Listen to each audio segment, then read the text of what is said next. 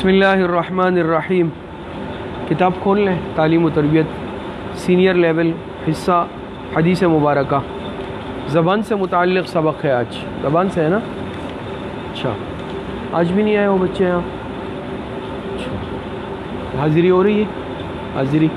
حاضری روزانہ ضروری ہے۔ زبان اللہ کی دی ہوئی وہ نعمت ہے جس کے ذریعے انسان اللہ کا ذکر کرتا ہے۔ حاضری تینوں میں لے کے یہاں لے آؤ۔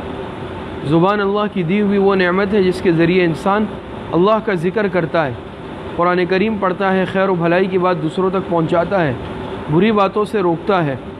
اس کی بدولت انسان اپنے دل کی بات کو بیان کرتا ہے، اپنی تکلیف وغیرہ کا اظہار کر سکتا ہے،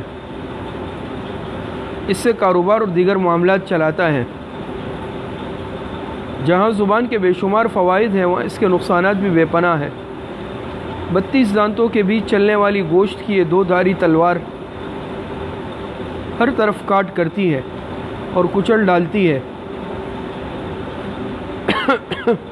یہی وجہ ہے کہ صبح ہوتے ہی انسانی جسم کے تمام اعضاء زبان کے آگے ہاتھ جوڑتے ہیں کہ ہم تیرے تابع ہیں، تو سیدھی رہی تو ہم سیدھے رہیں گے، اور تو ٹیڑھی رہی تو ہم بھی ٹیڑھے رہیں گے۔ زبان پر قابو رکھنا دنیا و آخرت کی کامیابی کا ذریعہ ہے۔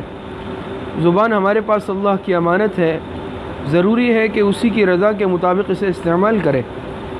اس سے انسان جنت بھی کما سکتا ہے اور جہنم بھی۔ جو بھی زبان سے نکلتی ہے اللہ کے ہاں اس کی جواب دہی ہوگی۔ انسان جو بھی بات کرتا ہے ایک فرشتہ اسے درج کر لیتا ہے۔ قرآن کریم میں اللہ پاک ارشاد فرماتے ہیں ما یلفظ من قول الا لدیہ رقیب عتید۔ زبان کو ہمیشہ اللہ تبارک و تعالیٰ کے ذکر سے تر رکھے یعنی ہر وقت اس پر ذکر جاری ہو۔ سچ بولنے کا اہتمام کرے، اس کے ذریعے خیر و بھلائی کی تلقین کرے۔ جھوٹ، غیبت، چغلخوری، گالم گلوچ، تہمت وغیرہ سے بچے۔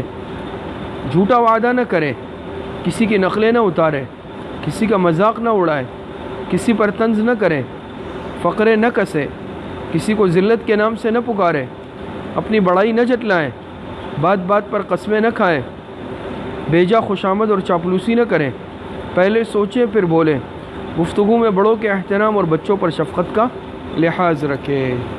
سمجھ رہے ہیں سبق؟ آگے دیکھیں۔ بسم اللہ الرحمن الرحیم۔ حدیث عن سفیان بن عبد اللہ الثقفی رضی اللہ عنہ قال قلت یا رسول اللہ ما اخوف ما تخاف علی قال فاخذ بلسان نفسه وقال هذا۔ ترجمہ حضرت سفیان ابن عبداللہ ثقفی رضی اللہ عنہ فرماتے ہیں کہ میں نے عرض کیا اللہ کے رسول میرے بارے میں آپ کو کس چیز کا زیادہ ڈر ہے؟ آپ صلی اللہ علیہ وسلم نے اپنی زبان مبارک کو پکڑ کر فرمایا اس کا ڈر ہے، زبان کا۔ دیکھیں تشریح میں فرماتے ہیں زبان دل کی ترجمان اور خلیفہ ہے۔ دل جو کچھ سوچتا ہے زبان اس کو بیان کرتی ہے اور دیگر اعضاء اس کے تابع ہو کر اس پر عمل کرتے ہیں۔ احادیث میں اس بات پر زیادہ زور دیا گیا ہے کہ انسان زبان کو قابو میں رکھے، خیر و بھلائی کی بات کر سکتا ہو تو کرے ورنہ خاموش رہے۔ مذکورہ حدیث میں اس بات کی نشاندہی کی گئی ہے کہ زبان بہت ساری برائیوں کی جڑ ہے۔ انسان کو سب سے زیادہ ڈر اس کے بارے میں ہونا چاہیے اور اس کی خوب حفاظت کرنی چاہیے۔ اگر صحیح طریقے سے زبان کی نگہداشت نہ ہو تو یہ ہلاکت میں ڈال دیتی ہے۔ دیکھیں آگے روایت۔ بسم اللہ الرحمن الرحیم۔ وعن عقبۃ بن عامر رضی اللہ عنہ قال لقیت رسول اللہ صلی اللہ علیہ وسلم فقلت من نجات فقال املک علیک لسانک ولیسعک بیتک وابکی علی خطیئتک۔ ترجمہ سنیں۔ دیکھیں حضرت عقبہ بن عامر رضی اللہ تعالی عنہ سے مروی ہے، وہ روایت کرتے ہیں کہ میں نے جناب نبی کریم صلی اللہ علیہ وسلم سے ملاقات کی۔ میں نے عرض کیا اللہ کے رسول من نجات کس عمل میں ہے؟ نجات کس عمل میں ہے؟ آپ علیہ السلام نے 3 باتیں ارشاد فرمائیں۔ کتنی؟ 3۔ املک علیک لسانک، چاہیے کہ تمہاری زبان تمہارے قابو میں رہے، تمہاری زبان تمہارے قابو میں رہے۔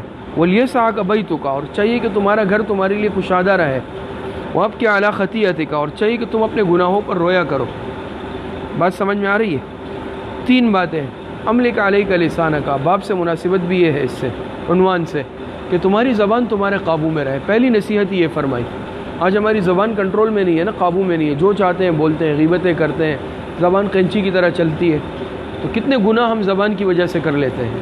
تو زبان کیا رہے؟ تمہاری زبان تمہارے قابو میں رہے۔ دوسری بات بولیے صاحب بھائی تو کہ تمہارا گھر تمہارے لیے کشادہ رہے، کیا مطلب ہے اس کا؟ شاباش، زیادہ وقت گھر میں گزارے۔ ایک تو یہ کہ انسان اپنے حلال کاروبار، تجارت کے لیے، فرض نمازوں کے لیے، ضروری کام کے لیے نکلے، اس کے علاوہ بیکار نہیں نکلے۔ جیسے آج کل چلے بھائی ایسی چکر لگاتے گھومتے، ادھر بیٹھے باہر ادھر بیٹھے، فتنوں کا زمانہ ہے، تو چاہیے کہ گھر تمہارے لیے کشادہ رہے، یعنی زیادہ وقت اپنے گھر میں گزارو۔ تیسری بات، اپنے گناہوں کو یاد کر کے رویا کرو۔ تو آپ علیہ السلام نے فرمایا 3 باتیں نجات والی ہے، جو اس پر عمل کر لے تو وہ نجات پائے گا۔ آگے دیکھیں، ذکر یعنی اللہ پاک کی یاد۔ ٹھیک ہے، فرماتے ذکر، اللہ کا ذکر اس کے تقرب کے حصول کا ایک آسان اور عمدہ طریقہ ہے۔ جس مسلمان کی زبان ہم وقت یعنی ہر وقت اللہ کی یاد سے تر، اور اس کا دل اللہ کی عظمت اور اس کی قدرت کی نشانیوں میں غور و فکر میں مشغول ہو، وہ اللہ تعالیٰ سے قریب تر ہوتا چلا جائے گا۔ اللہ کی رحمت اسے اپنے آغوش میں لے لے گی، اسے فرشتوں کی صحبت اور مصافحہ کی سعادت حاصل ہوگی، شیطان پیچھے ہٹے گا، اللہ کی معیت اور مدد میسر ہوگی، قلبی سکون اور راحت اور اطمینان حاصل ہوگا، جس کی تلاش میں انسان ہر وقت رہتا ہے، دل سے غفلت کے پردے ہٹیں گے، عذاب سے نجات حاصل ہوگی۔ حدیث میں ہے، اب یہ حدیث کا ترجمہ ہے، جن گھروں میں اللہ کا ذکر ہوتا ہے وہ آسمان والوں یعنی فرشتوں کو ایسے چمکدار دکھائی دیتے ہیں جیسے زمین والوں کو ستارے ہیں۔ پر ہو گئی، گھنٹے کے بعد لے لینا۔ ٹھیک ہے، فرماتے ہیں اللہ کا ذکر کرنے والا خوش درخت میں سرسبز ٹہنی اور اندھیرے گھر میں روشن چراغ کی مانند ہے۔ جو مجلس اللہ کی یاد سے خالی ہو وہ قیامت کے دن حسرت و ندامت کا باعث بنے گی۔ یہ وہ مبارک عمل ہے جس کی توفیق مانگنے کی باقاعدہ ترغیب دی گئی ہے۔ حدیث شریف میں ہے کہ آپ صلی اللہ علیہ وسلم نے حضرت معاذ بن جبل رضی اللہ عنہ کا ہاتھ پکڑ کر فرمایا، اے معاذ، بخدا میں تجھ سے محبت کرتا ہوں، اور فرمایا کہ تجھے وصیت کرتا ہوں کہ ان کلمات، کون سے؟ اللہم اعنی علی ذکرک و شکرک و حسن عبادتک کو ہر فرض نماز کے بعد ہرگز نہیں چھوڑنا، یہ دعا پڑھنا۔ ذکر کی حقیقت یہ ہے کہ انسان کے دل پر ہر لمحہ، ہر گھڑی یعنی ہر وقت یہ بات نقش ہو کہ اس نے جو کچھ کیا یا کہا اسے اللہ نے دیکھ لیا اور سن لیا۔ وہ اپنے رب سے کسی بھی وقت غافل نہ رہے، کسی وقت بھی غافل نہ رہے، تمام امور اپنے مالک حقیقی کے احکام کو سامنے رکھے، تمام امور میں اپنے مالک حقیقی یعنی اللہ پاک کے احکام کو سامنے رکھے اور خلوص سے بندگی کا حق ادا کرے۔ آپ صلی اللہ علیہ وسلم سے صبح اور شام اور دیگر اوقات کی بہت سی دعائیں اور اذکار منقول ہیں جن کی تفصیل احادیث کی کتابوں میں مذکور ہے۔ حدیث دیکھیں، بسم اللہ الرحمن الرحیم۔ وعن ابن عباس رضی اللہ عنہما قال قال رسول اللہ صلی اللہ علیہ وسلم الشیطان جاثم على قلب ابن آدم فإذا ذکر اللہ خنس وإذا غفل وسوس۔ ترجمہ حضرت عبداللہ ابن عباس رضی اللہ تعالی عنہما سے منقول ہے کہ نبی کریم صلی اللہ علیہ وسلم نے فرمایا، شیطان انسان کے دل سے چپکا رہتا ہے، جب وہ اللہ کو یاد کرتا ہے تو شیطان پیچھے ہٹ جاتا ہے، اور جب بندہ غافل ہوتا ہے تو وہ وسوسے ڈالتا رہتا ہے۔ اچھا، پنکھے بند نہیں کرو، جگہ سوکھ جائے۔ تشریح میں فرماتے ہیں کہ شیطان ہم وقت یعنی ہر وقت ہر طرف سے انسان کے در پہ ہے، اور اس کو کسی نہ کسی طرح بہکانے کی کوشش کرتا ہے۔ اس کے وسوسوں سے بچنے اور اس پر غلبہ پانے کے لیے نبی کریم صلی اللہ علیہ وسلم نے جس اسلحے کی نشاندہی کی ہے وہ اللہ کا ذکر ہے، جو شیطان کو انسانی قلب سے دور بھگاتا ہے، جبکہ غفلت کی صورت میں وہ پھر لوٹ کر اس کے دل پر قبضہ جماتا ہے اور اپنی مرضی سے اسے گمراہی والی راہ پر لگاتا رہتا ہے۔ حدیث دیکھیں، بسم اللہ الرحمن الرحیم۔ وعن عائشہ رضی اللہ عنہا قالت ان رسول اللہ صلی اللہ علیہ وسلم کان اذا جلس مجلسا او صلى تکلم بکلمات فسألته عن الکلمات فقال ان تکلم بخیر کان طابعا علیہن الى یوم القیامت وان تکلم بشر کان کفارة له سبحانک اللہم وبحمدک لا الہ الا انت استغفرک واتوب الیک۔ ترجمہ سنیں۔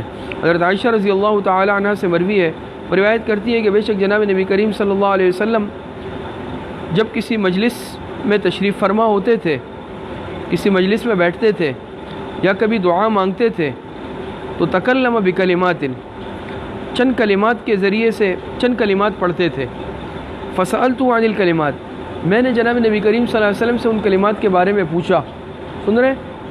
فقال آپ علیہ الصلوۃ والسلام نے ارشاد فرمایا ان تکلم بخیر، اس مجلس میں اگر اچھی باتیں کی گئی ہوں گی، خیر کی باتیں کی گئی ہوں گی، کان طابعا علیہن الی یوم القیامہ، تو یہ کلمات اس کے لیے قیامت کے دن گواہ بن جائیں گے، مہر کی حیثیت رکھیں گے، گواہ بن جائیں گے۔